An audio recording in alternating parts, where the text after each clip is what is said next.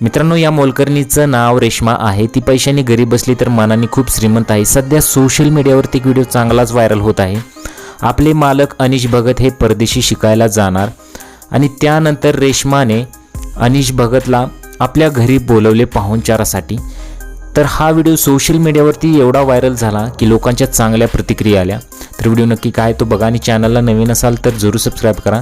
व्हिडिओमध्ये आपण पाहू शकता की सुरुवातीला हे लोक गाडीत बसतात आणि कामवाल्या मावशीच्या घरी जातात। या महिलेचं नाव रेश्मा आहे आणि घरी पोहोचल्यानंतर इतर सदस्य त्यांच्या डोक्यावर टिळा लावतात।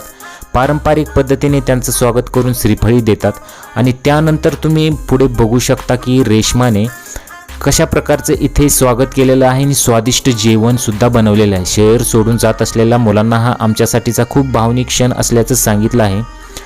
कॅप्शन देत अनिश भगत कॅप्शन देत म्हणाले आहेत की मी किती भावनिक झालो हे मी व्यक्त करू शकत नाही। रेश्मा दीदी माझी बेस्ट फ्रेंड आहे। मला शिक्षणासाठी बाहेर जाण्याबद्दल खूप वाईट वाटत आहे। इतकेच नाही तर आम्हाला स्पेशल फील करून देण्यासाठी तिने केलेले प्रयत्न अतुलनीय आहे।